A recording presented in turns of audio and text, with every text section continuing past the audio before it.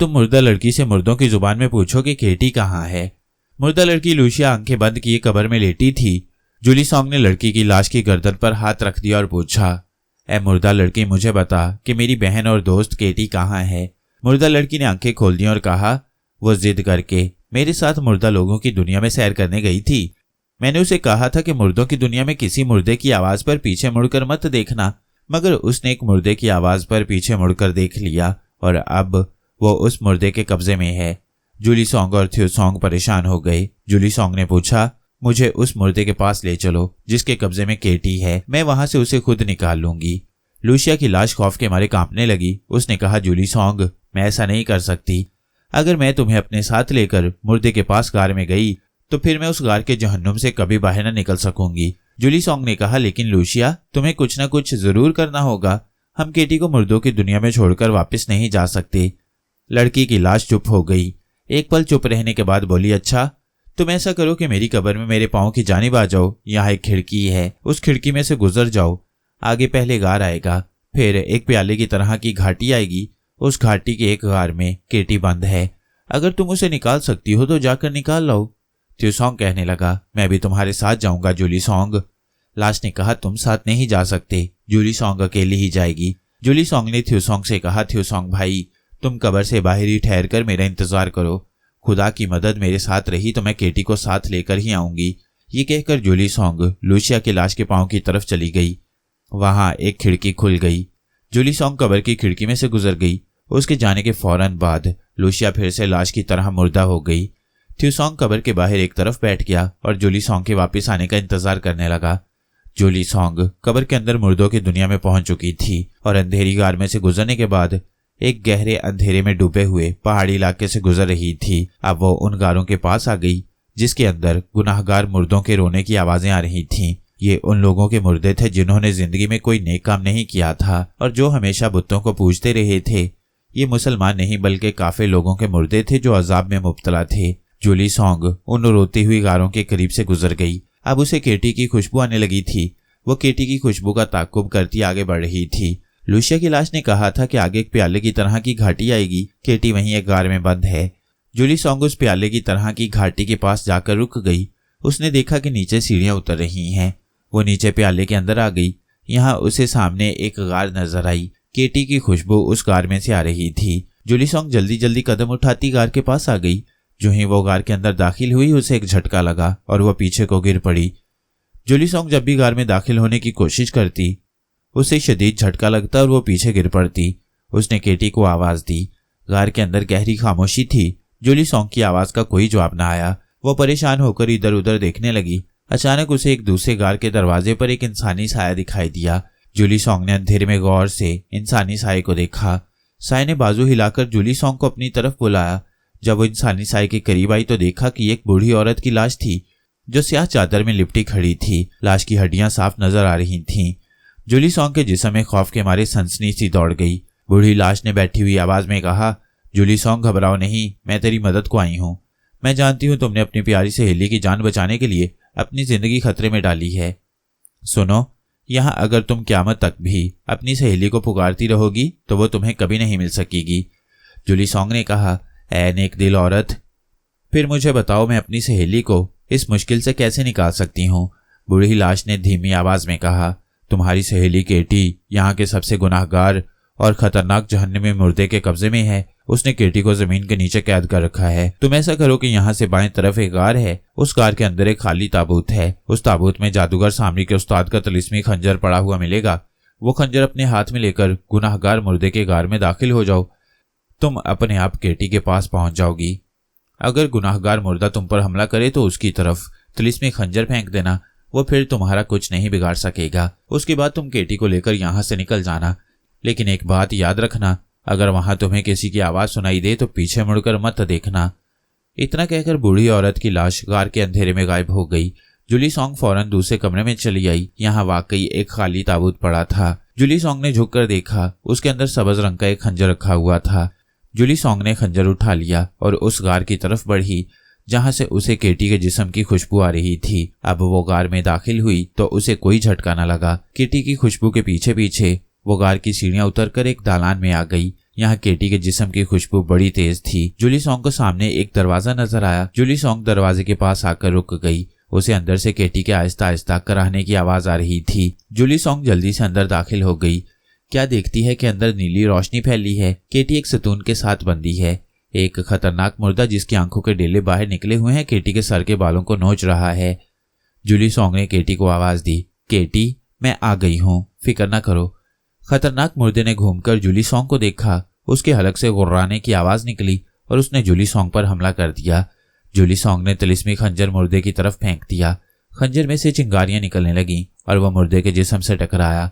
टकराने के साथ ही खौफनाक मुर्दे के हलक से एक भयानक चीख की आवाज बुलंद हुई और वो पत्थर बन गया। जूली सॉन्ग ने लपक कर केटी के जिस्म की जंजीरें खोल दी और कहा, खुदा का शुक्र है कि तुम इस मुर्दे के अजाब से बच गईं। थ्यूसॉन्ग भी कब्र के बाहर मौजूद है, जल्दी से निकल चलो। केटी ने जूली सॉन्ग को गले लगा लिया और दोनों सहेलियां कब्र से निकलकर बाहर को भागीं। वो अंधेरे में दौड़ती हुई प्याले जैसी घाटी से बाहर निकल आईं। अब वो गार सामने था जो लूसिया की कब्र को जाता था और जहां थ्यूसॉन्ग दोनों का इंतजार कर रहा था। जूली सॉन्ग और केटी गार में दौड़ती चली जा रही थी कि अचानक पीछे से थ्यूसॉन्ग की आवाज आई, जूली सॉन्ग कहाँ जा रही हो? मैं तो यहाँ खड़ा हूँ। बस यही जूली सॉन्ग और केटी से गलती हो गई, मगर आवाज भी तो थ्यूसॉन्ग की थी। वो बेख्तियार पीछे मुड़कर देखने लगी। जो ही उन्होंने पीछे मुड़कर देखा, एक धमाके की आवाज गूंजी और जूली सॉन्ग और केटी गार में बेहोश होकर गिर पड़ी। थ्यूसॉन्ग कब्र के बाहर बैठा था। जब उसे वहां बैठे काफी देर हो गई और जूली सॉन्ग और केटी कब्र से बाहर ना आई तो वो परेशान होकर टहलने लगा। कब्र खुली थी। लूसिया की लाश उसी तरह बेहिस्सो हरकत पड़ी थी। थ्यूसॉन्ग इस लाश से बातें भी नहीं कर सकता था। उसे पूछ भी नहीं सकता था कि जूली सॉन्ग ने इतनी देर क्यों लगा दी है। जब 2 घंटे गुजर गए और कब्रिस्तान में रात का अंधेरा दूर होने लगा तो थ्यूसॉन्ग ने सोचा कि उसे खुद कब्र के अंदर जाकर मालूम करना चाहिए। वो कब्र में उतर गया। उसका ख्याल था कि कब्र में लाश के पांव की तरफ एक खिड़की है जहां से जूली सॉन्ग गुजर कर गई है। थ्यूसॉन्ग ने कब्र में उतरकर देखा कि वहां कोई खिड़की न थी और न ही जूली सॉन्ग ने कोई जवाब दिया। लूसिया की लाश मुर्दा हो चुकी थी, लेकिन उससे पहले वो थ्यूसॉन्ग का तिलिस्म खत्म कर चुकी थी और थ्यूसॉन्ग फिर से जवान हो चुका था। थ्यूसॉन्ग मायूस होकर कब्र से बाहर आ गया। उसने लूसिया की लाश की तरफ देखकर कहा, लूसिया की लाश, अगर तुम मेरी आवाज सुन सकती हो तो खुदा के लिए मुझे बताओ कि जूली सॉन्ग और केटी गार में कब्र के अंदर उतरने के बाद कहाँ गुम हो गई हैं। मगर थ्यूसॉन्ग की आवाज लाश नहीं सुन सकती थी। लाश में कोई जान न पड़ी। वो उसी तरह मुर्दा की मुर्दा ही रही। थ्यूसॉन्ग सर पकड़कर वहीं बैठ गया और सोचने लगा कि अब उसे क्या करना चाहिए। वो केटी की तलाश में आया था और जूली सॉन्ग भी उसके हाथ से निकल गई। अंबरनाग मारिया का पहले ही कुछ पता न था कि वो कहाँ हैं। अब जूली सॉन्ग और केटी भी गुम हो गई थीं और आज से 5000 साल पहले के शहर बाबल में थ्यूसॉन्ग अकेला रह गया था। उसकी अकल जवाब दे गई थी। उसे कुछ समझ नहीं आ रहा था कि वो क्या करे। बाबल के हजारों साल पुराने शहर में सुबह हो रही थी। थ्यूसॉन्ग कब्रिस्तान से निकलकर सराय में आ गया। अब वो बिल्कुल अकेला रह गया था। अंबरनाग मारिया पहले ही उससे बिछड़ चुके थे। अब केटी और जूली सॉन्ग भी उससे जुदा हो गई थीं। थ्यूसॉन्ग सोचने लगा कि अब उसे किस तरफ जाना चाहिए। सारा दिन वो बाबल शहर की पुरानी सड़कों पर घूमता रहा कि शायद किसी तरफ से अंबरनाग मारिया, केटी या जूली सॉन्ग की खुशबू से आ जाए। मगर ये खुशबू भला कहाँ से आ सकती थी। रात को थ्यूसॉन्ग ने फैसला कर लिया कि वो बाबल शहर को छोड़कर मुल्क फारस की तरफ चला जाएगा। शायद वहां उसके दोस्तों का कोई सुराग मिल सके। 1 हफ्ते के बाद एक काफिला बाबल शहर से मुल्क फारस की तरफ जाने वाला था। मुल्क ईरान का पुराना नाम फारस था। थ्यूसॉन्ग उस काफिले में शामिल हो गया। अंबरनाग मारिया एहराम मिस्र की आंधी के बाद गायब होकर आज के पाकिस्तान के लाहौर शहर में निकल आए थे और वो इस वक्त लाहौर के होटल इंटरकॉन्टिनेंटल में ठहरे हुए थे, जहां वो इस इंतजार में हैं कि शायद कहीं किसी जगह उन्हें थ्यूसॉन्ग, केटी और जूली सॉन्ग मिल जाएं। जूली सॉन्ग और केटी जब धमाके की आवाज से बेहोश होकर गार में गिर पड़ी तो उन्हें कुछ होश न रहा। जब दोनों को होश आया तो उन्होंने अपने आप को एक दरिया के किनारे पाया। आसमान पर चांद निकला हुआ था।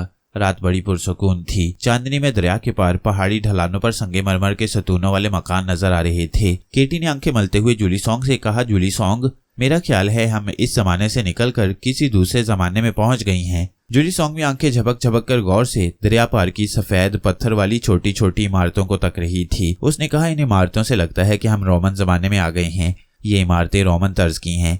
केटी बोली, तुम्हारा ख्याल दुरुस्त लगता है, लेकिन अफसोस इस बात का है कि थ्यूसॉन्ग हमसे बिछड़ गया है। अंबरनाग मारिया तो हमसे पहले ही बिछड़ गए थे। जूली सॉन्ग कहने लगी, केटी, ये तो हमारे साथ अक्सर ही होता रहता है। हम हजारों साल से तारीख के पुराने जमानों में सफर कर रही हैं। आज अगर हम अंबरनाग मारिया और थ्यूसोंग से बिछड़ गई हैं तो कल उनसे मुलाकात भी हो जाएगी। बस हमें हिम्मत नहीं हारनी चाहिए और मुसीबतों का डटकर मुकाबला करना चाहिए। केटी मुस्कुराने लगी और बोली, तो फिर चलो इस शहर में चलकर देखती हैं कि ये कौन सा शहर है और वहां किसकी हुकूमत है। ये कहकर केटी उठी। जूली सॉन्ग भी उसके साथ थी। हर तरफ चांदनी खिली हुई थी। रात बड़ी खुशगवार थी मगर एक गहरी खामोशी चारों तरफ छाई हुई थी। दरिया के ऊपर संगमरमर का सफेद पुल बना हुआ था। दोनों सहेलियां पुल को पार करके दरिया की दूसरी तरफ आ गईं। दरिया के दूसरे किनारे बड़े पुराने दरख्तों के झुंड थे। जहां दरख्तों के नीचे अंधेरा था, चांदनी नीचे तक नहीं पहुंच रही थी। केटी और जूली सॉन्ग खामोशी से दरख्तों में से निकलकर शहर की तरफ जा रही थीं। केटी ने जूली सॉन्ग को कांधे से पकड़कर पीछे खींच लिया। जूली सॉन्ग ने पूछा, क्या बात है केटी? केटी ने खामोश रहने का इशारा करते हुए एक तरफ हाथ से इशारा किया। जूली सॉन्ग ने देखा कि दरख्तों के नीचे दो आदमी एक चारपाई उठाए चले आ रहे हैं। वो अंधेरे में इसी तरफ आ रहे थे जहां जूली सॉन्ग और केटी खड़ी थीं। दोनों सहेलियां एक दरख्त के पीछे छुपकर बैठ गईं। इतने में दोनों आदमी चारपाई कंधों पर उठाए करीब से गुजरे। दोनों ने रोमन जमाने का लिबास पहन रखा था। वो लिबास और शक्लो सूरत से कदीम रोम के बाशिंदे लगते थे। जूली और केटी ने देखा कि चारपाई पर किसी औरत की लाश पड़ी थी। एक आदमी ने दूसरे से कहा, मेरा ख्याल है इसी जगह मैंने कब्र खोदी थी। हाँ, याद आ गया, वहां उस दरख्त के नीचे कब्र खुदी हुई है। दोनों रोमन सामने वाले दरख्त के नीचे आ गए। उन्होंने चारपाई कांधों से उतारी। यहाँ एक कब्र पहले से खुदी हुई थी। उन्होंने औरत की लाश को कब्र में उतारा और ऊपर मिट्टी डालकर कब्र को बंद कर दिया और फिर खाली चारपाई उठाकर शहर की तरफ चले गए। उनके जाने के बाद केटी ने जूली सॉन्ग से कहा, जूली सॉन्ग, मुझे दाल में कुछ काला लगता है। इस औरत को जरूर कत्ल किया गया है, वरना इन्हें क्या जरूरत पड़ी थी कि आधी रात को लाश दफन करते और फिर इनके साथ कोई आदमी भी नहीं थे। जूली सॉन्ग बोली, मुझे भी ऐसा ही शक है। केटी कहने लगी, अब तो मैं भी मुर्दों से बातें कर लेती हूँ और मैं मुर्दों की दुनिया में भी जा सकती हूँ। जूली सॉन्ग हंसकर बोली, ठीक है, मगर अपनी इस आदत की वजह से तुम मुसीबत में भी तो फंस गई थी। केटी बोली, मेरा ख्याल है कि चलो कब्र में पड़ी औरत की लाश से बात करते हैं। वो तो हमें सब कुछ बता देगी कि उसे कत्ल किया गया है। तो किसने कत्ल किया है? जूली सॉन्ग और केटी दरख्तों के नीचे आ गईं। यहाँ औरत की ताज़ा ताज़ा कब्र बनी हुई थी। दोनों ने मिलकर कब्र की ताज़ा मिट्टी को इधर उधर हटाकर कब्र को खोल दिया। हल्की हल्की मध्यम चांदनी में उन्होंने देखा कि कब्र में 40-50 साल की औरत की लाश पड़ी है। लाश के नाक और मुंह से खून निकल निकल कर जम गया था। जूली सॉन्ग ने कहा, या तो इस औरत को जहर देकर हलाक किया गया है और या फिर इसे किसी जहरीले सांप ने काटा है। केटी ने कहा, तुम खुद लाश से क्यों नहीं पूछ लेती? लगता है इस औरत पर जुल्म किया गया है और हम हमेशा जुल्म के खिलाफ जंग करती रही हैं। जूली सॉन्ग कब्र में उतर गई। उसने औरत की लाश के सर पर हाथ रखा और आवाज दी, ऐ खातून की लाश, मुझसे बात कर और बता कि तेरी मौत कैसे हुई। जूली सॉन्ग की आवाज सुनते ही औरत की लाश ने अपनी आंखें खोल दी, चेहरा सीधा किया और फिर कमजोर आवाज में कहा, मेरा नाम कलसूम है, मैं मुसलमान हूँ, मेरी एक बेटी है। रोमन काफरों ने मुझे जहर देकर हलाक कर डाला और मेरी मुसलमान बेटी अम्बरीना को अगवा करके ले गए। खुदा के लिए मेरी बेटी अम्बरीना को उन जालिमों से बचाओ, नहीं तो मेरी रूह क़यामत तक बेचैन रहेगी। जूली सॉन्ग ने पूछा, ये रोमन काफिर कौन है और कहाँ रहते हैं? कलसूम की लाश ने कहा, उन रोमन काफिरों में से एक का नाम मार्कोस और दूसरे का नाम प्लोटो है। ये जवान लड़कियों को अगवा करके दूसरे मुल्क में ले जाकर फरोख्त करते हैं। इनका मकान शहर से बाहर जैतून के बाग की हवेली में है। जूली सॉन्ग ने उस औरत की लाश से कहा, कलसूम, तुम इत्मीनान रखो, हम तुम्हारी बेटी अम्बरीना को रोमन काफिरों से जरूर निजात दिलाएंगी और उन काफिरों से तुम्हारी मौत का बदला भी लेंगी। कलसूम की लाश ने गहरा सांस लिया और बोली, खुदा तुम्हारा भला करे, मेरी बेटी को कहना कि वह मुल्क फारस में अपने चचा के पास चली जाए। इसके बाद कलसूम की लाश खामोश हो गई। जूली सॉन्ग कब्र से निकल गई। उन्होंने कब्र को दोबारा बंद कर दिया। केटी ने कहा, हमें इस औरत की मासूम लड़की अम्बरीना को रोमन काफिरों के पंजे से आजाद करवाकर उसके चचा के पास फारस पहुंचाना होगा। जूली सॉन्ग कहने लगी, ऐसा ही करेंगे, मैंने कलसूम से वादा किया है, चलो उसकी बेटी को तलाश करते हैं। जूली और केटी वहां से निकलकर शहर की तरफ चल पड़ी। यह आज से 1200 साल पहले का रोमन शहर था। इस शहर में एक बुत परस्त काफिर रोमन की हुकूमत थी, लेकिन कहीं कहीं मुसलमान अरब भी आबाद थे। शहर के बाजार और गलियां सुनसान थीं। कहीं कहीं बाजारों में रोशनियां हो रही थीं। शहर का दरवाजा आधा खुला था और पहरेदार की इजाजत से लोग अंदर जाते थे। जूली सॉन्ग और केटी भी पहरेदार की इजाजत से शहर में दाखिल हो गईं। कुलसुम की लाश ने कहा था कि दोनों रोमन काफिरों की हवेली शहर से दूर शहर की चारदीवारी के अंदर ही जैतून के बाग में वाक़ है। जूली और केटी शहर की दूसरी तरफ आ गईं। उन्हें रात के अंधेरे में जैतून के बाग वाली हवेली कहीं नजर नहीं आ रही थी। केटी ने जूली सॉन्ग से कहा कि हमें रात यहीं गुजार देनी चाहिए और जब सुबह हो तो फिर रोमन काफिरों की हवेली तलाश करेंगे। चुनाचे दोनों सहेलियां एक जगह दरख्तों के नीचे लेट गईं। रात आहिस्ता आहिस्ता गुजर रही थी। चांद मशरिक में डूब गया। फिर सुबह की हल्की हल्की रोशनी फैलनी शुरू हो गई। जूली सॉन्ग और केटी ने इधर उधर देखा। उन्हें दूर खेतों के पार एक जगह जैतून के बहुत से दरख्त नजर आए। केटी ने कहा, मेरा ख्याल है कि यही जैतून का बाग है और इसी बाग में रोमनों की हवेली है। जूली सॉन्ग ने दरख्तों की तरफ देखते हुए कहा, लेकिन हमें कोई भेस बदल कर वहां जाना चाहिए। इस तरह वहां गई तो उन्हें शक पड़ सकता है और मुमकिन है कि वह मुसलमान लड़की अम्बरीना को वहां से किसी दूसरी जगह पहुंचा दें या खतरा महसूस करके उसे भी मार डालें। केटी कहने लगी, लेकिन हम यहाँ कैसे भेस बदल सकती हैं? हमारे पास भेस बदलने के लिए कोई कपड़े वगैरह भी नहीं हैं। जूली सॉन्ग बोली, ये रोमन काफर खूबसूरत जवान लड़कियों को अगवा करके फरोख्त करते हैं और इत्तेफाक से हम भी दोनों नौजवान और खूबसूरत लड़कियां हैं। क्यों ना हम अपने आप को परदेसी और बेयारो मददगार लड़कियां जाहिर करके इन लोगों की हवेली में पनाह ढूंढने चली जाएं। जाहिर है वो हमें हलाक तो नहीं कर सकते, वो हमें भी पकड़कर कैद कर लेंगे। यूं हमें अमरीना का सुराग भी मिल जाएगा।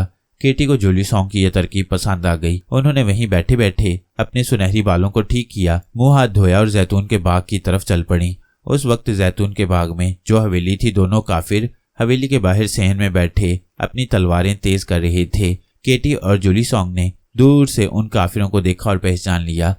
केटी बोली, ये वही काफिर हैं जो रात को कुलसुम की लाश लेकर आए थे। हाँ, ये वही हैं।